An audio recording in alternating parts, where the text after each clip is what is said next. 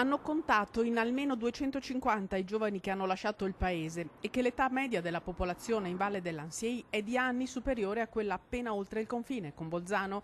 E poi la crisi cominciata con la fine dell'occhialeria è continuata su tutti i fronti e così anche Auronzo mette in campo la protesta secessionista. Ci rendiamo conto che adesso abbiamo bisogno di una condizione di autonomia per poter restare, perché i nostri figli possano rimanere ad Auronzo. Difficoltà e malumori e un'insofferenza ormai datata per quei vicini così fortunati ed è partita la raccolta firme che ha portato al referendum. Per capire qual è l'intenzione della comunità nei confronti del passaggio in Alto Adige. Andrà alle urne?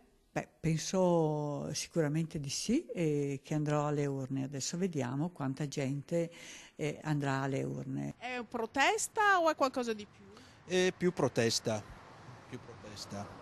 Io ritengo che sia un'assurdità nel 2014 un referendum del genere, perché dovremmo essere tutte regioni uguali. A preoccupare, visto il periodo, è ancora stagione in montagna, il quorum che va raggiunto per la validità della consultazione. Dobbiamo raggiungere il 50% più uno dei votanti e conta nel quorum anche l'AIRE, quindi i residenti all'estero. Considera che ci sono tantissimi giovani che negli ultimi anni sono andati all'estero a lavorare e contano e non possono tornare per votare. Insomma. Contiamo però che chi è ad Auronzo vada in massa a votare perché è segnalare un grosso problema che ha in questo momento il comune di Auronzo come altre realtà montane del Bellunese. L'amministrazione comunale mette a disposizione uffici e struttura, ma non ha preso posizione. Nessuno di noi si esprime sulle proprie intenzioni di voto. Tutti sanno che c'è questo referendum, pertanto chi vuole esprimere la propria opinione ha la possibilità di farlo. Si vota solo domenica 31 agosto dalle 7 alle 23.